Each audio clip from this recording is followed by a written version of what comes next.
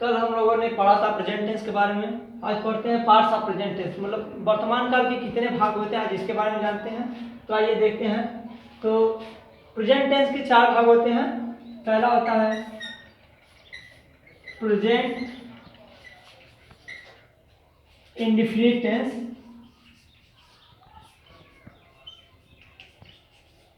Present indefinite tense, इसको हिंदी में बोलते हैं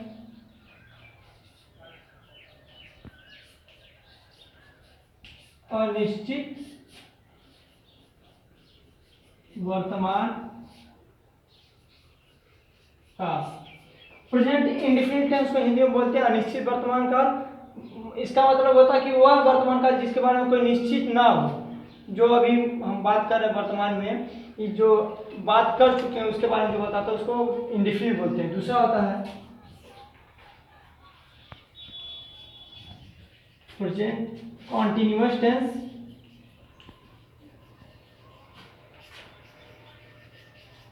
इसको बोलते हैं वर्तमान जारी काल।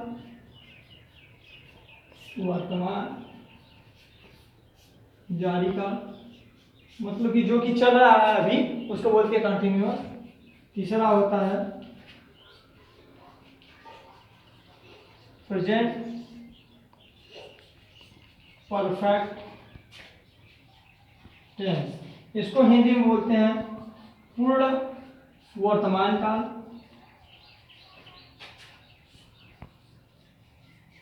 और चौथा होता है प्रेजेंट परफेक्ट इतना बढ़िया पकड़ ली। कॉन्टिन्यूअस टेंस,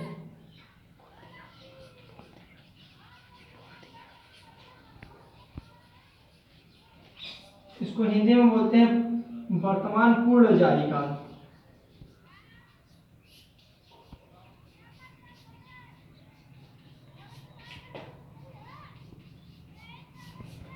ये प्रेजेंट टेंस के 4 पार्ट होते हैं। पहला प्रेजेंट इंडेफिनिट टेंस अनिश्चित वर्तमान काल, दूसरा प्रेजेंट कंटीन्यूअस टेंस वर्तमान जारी काल, तीसरा प्रेजेंट परफेक्ट टेंस पूर्ण वर्तमान काल और चौथा था प्रेजेंट परफेक्ट कंटीन्यूअस टेंस वर्तमान पूर्ण जारी काल। ये प्रेजेंट टेंस के 4 पार्ट हैं। अब हम इसके बारे में एक एक रोज एक एक टॉपिक वाइज पढ़ते चलेंगे। तो आइए आज पढ़ते हैं प्रेजेंट इंडेफिनिट टेंस के बारे में।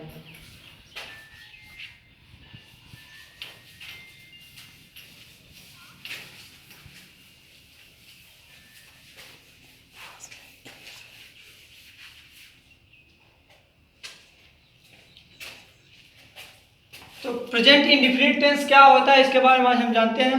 तो कैसे हमको पता चलेगा कि प्रेजेंट इंडेफिनिट टेंस है, इसके बारे में जानने के लिए सबसे पहले हमको पहचान की आवश्यकता होती है। तो इसका पहचान आप लोग लिख लीजिए।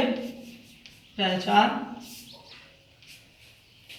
जब किसी वाक्य के अंत में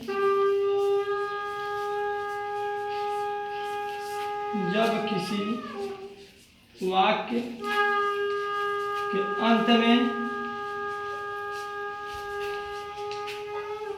ता है, ती है,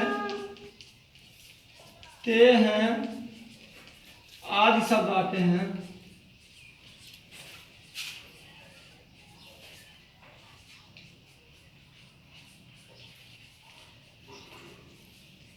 तो वहाँ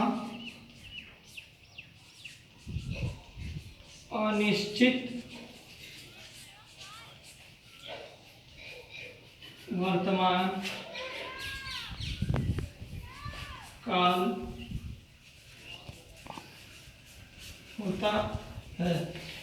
प्रेजेंट इंडेफिनिट टेंस की पहचान होती है जब किसी वाक्य के अंत में ता है, ती है, ते हैं या आदि शब्द आते हैं तो वहाँ पे प्रेजेंट इंडेफिनिट टेंस होता है। ये तो हमारी पहचान हो गई।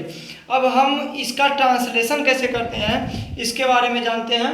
इसके प्रेजेंट इंडेफिनिट टेंस के भी 4 पार्ट होते हैं। पहला होता है अफर्मेटिव सेंटेंस, अफर्मेटिव या आप लोग इसको और कहीं के सिंपल भी लिख सकते हैं।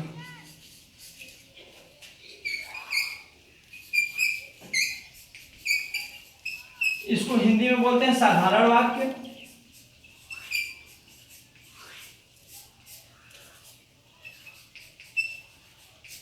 साधारण वाक्य। दूसरा होता है निगेटिव सेंटेंस, इसको हिंदी में बोलते हैं नकारात्मक वाक्य।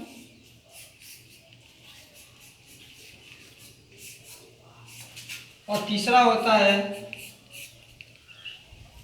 इंट्रोगेटिव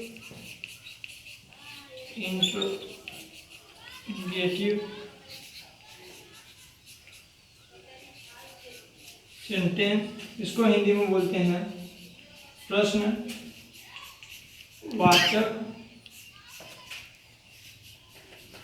वाक्य। एंड लास्ट चौथा होता है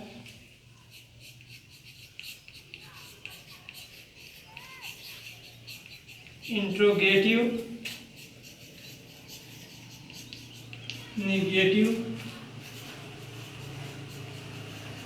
सेंटेंस, इसको हिंदी में बोलते हैं प्रश्नवाचक नकारात्मक वाक्य।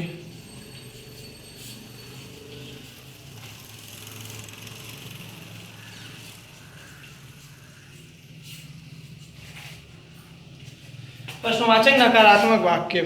तो हम लोग सबसे पहले पढ़ते हैं अफर्मेटिव सेंटेंस। अफर्मेटिव सेंटेंस क्या होता है? साधारण वाक्य, इसके बारे में जानते हैं। तो आप लोग हेडिंग कर लीजिए अफर्मेटिव सेंटेंस।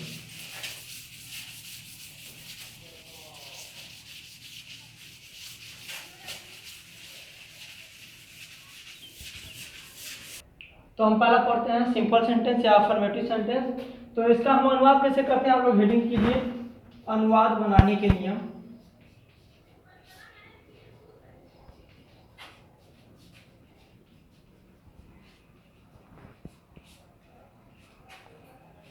अनुवाद बनाने के नियम क्या है? आप लोग इसको लिख लीजिए थोड़ा सा 2 लाइन। इस टेंस में अनुवाद करते समय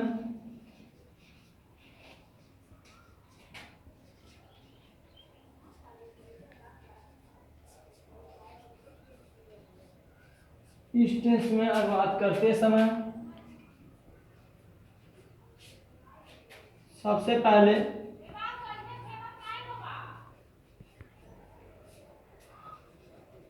कर्ता, उसके बाद मुख्य क्रिया का फर्स्ट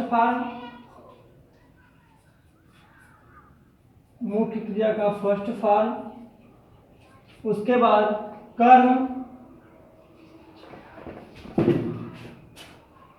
उसके बाद आदि अन्य चीजें लिखते हैं। इसमें एक और रूल होता है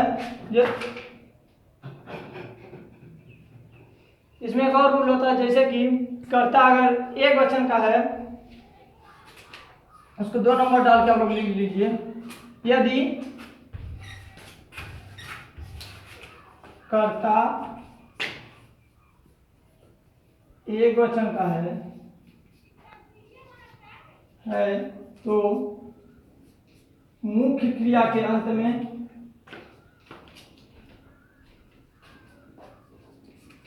में यस या ईएस लगाते हैं। और यदि कर्ता बहुवचन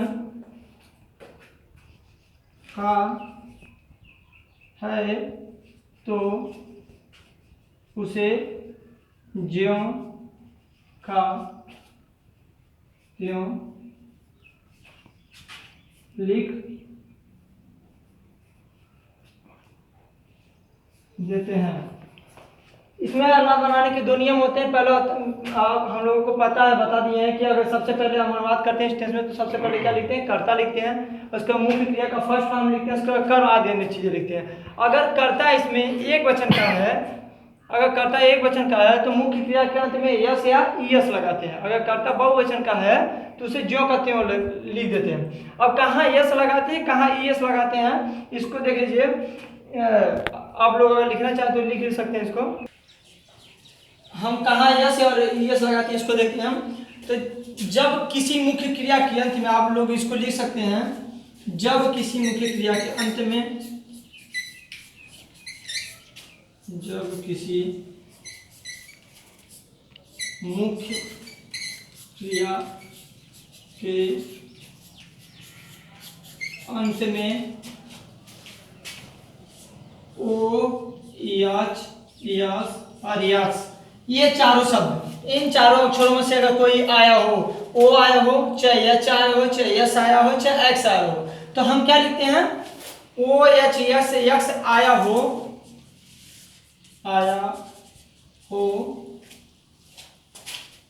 तो हम ई एस लगाते हैं। क्या लगाते हैं? ई एस लगाते हैं, ई एस लगाते हैं। और बाकी के साथ, और बाकी के साथ यस जोड़ देते हैं। अब आप लोग इसको एक बार देख लीजिए फिर से कि इस टेंस में हम प्रेजेंट इंडेफिनिट टेंस में जब अफर्मेटिव सेंटेंस बनाते हैं या सिंपल सेंटेंस बनाते हैं तो इसका अनुवाद करते समय सबसे पहले हम कर्ता लिखते हैं, उसके बाद मुख्य क्रिया का फर्स्ट फॉर्म लिखते हैं। इसमें सहायक क्रिया सिंपल सेंटेंस में नहीं लगती है, तो हम कर्ता के बाद सीधा मुख्य क्रिया का फर्स्ट फॉर्म लिखते हैं, उसके बाद कर्म लिखते हैं। अगर उसके बाद भी अगर कोई मटेरियल बच गया तो उसको हम लिख देते हैं।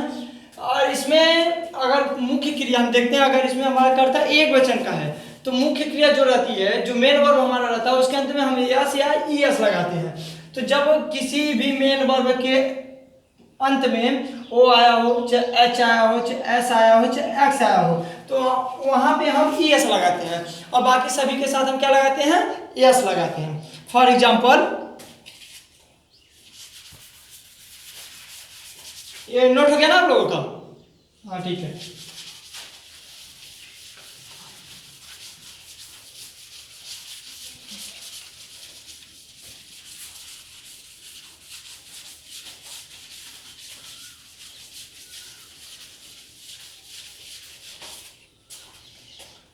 एग्जाम्पल,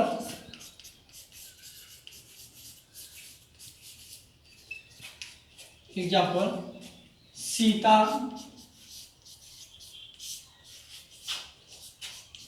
पुस्तक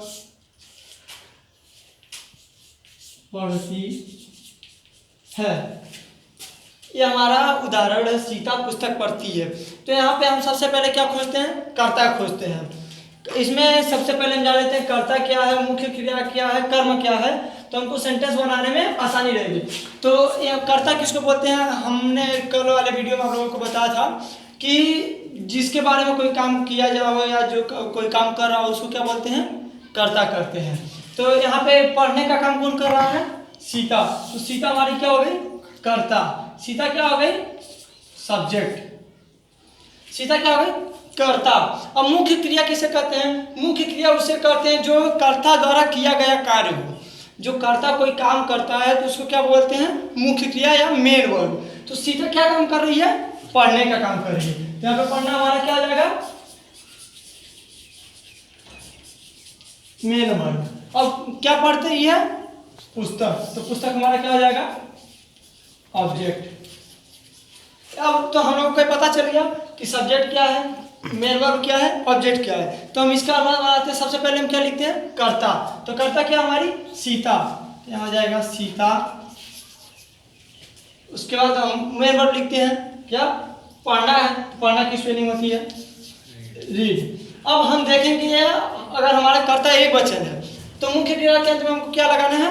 यस या ई एस। तो हमारा कर्ता अगर एक वचन रहेगा तो यस या यस लगाएंगे। अब हम देखेंगे कर्ता एक वचन है नहीं, तो सीता अकेले पुस्तक पढ़ रही है कि कई लोगों के साथ में पढ़ रही है? सीता तो अकेले पुस्तक पढ़ रही है, तो हमारा कर्ता एक वचन का हो गया, तो क्लियर है। अब हम देखेंगे मुख्य क्रिया के अंत में क्या लगाएं, यस लगाएं या ई एस लगाएं। तो अभी हमने आपको बताया है कि जब किसी मुख्य क्रिया के अंत में ओ एच एस या एक्स आया हो तो हम ई एस लगाते हैं, बाकी के साथ क्या लगाते हैं? यस लगाते हैं। तो यहाँ पे देखिए मुख्य क्रिया के अंत में कहीं ओ एच एस एक्स में ऐसे कुछ आया है? नहीं आया है। तो यहाँ पे क्या लगाएंगे? केवल एस लगाएंगे। क्या हो गया? सीता रीड्स। क्या पढ़ती है? बुक।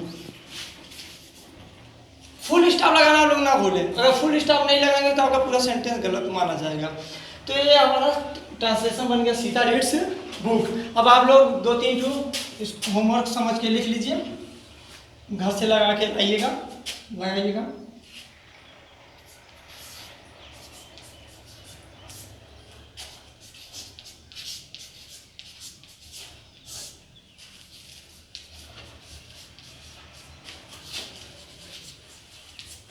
राम क्रिकेट खेलता है। दूसरा,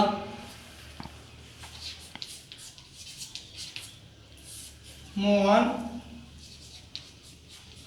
आम खाता है।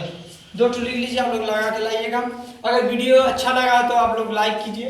अगर कोई आप लोगों को दिक्कत हो वीडियो में, कहीं भी कुछ समझ ना हो तो आप लोग कमेंट कीजिए। नीचे दिए हुए नंबर पे आप लोग व्हाट्सएप कर सकते हैं, कॉल भी कर सकते हैं। Thank you.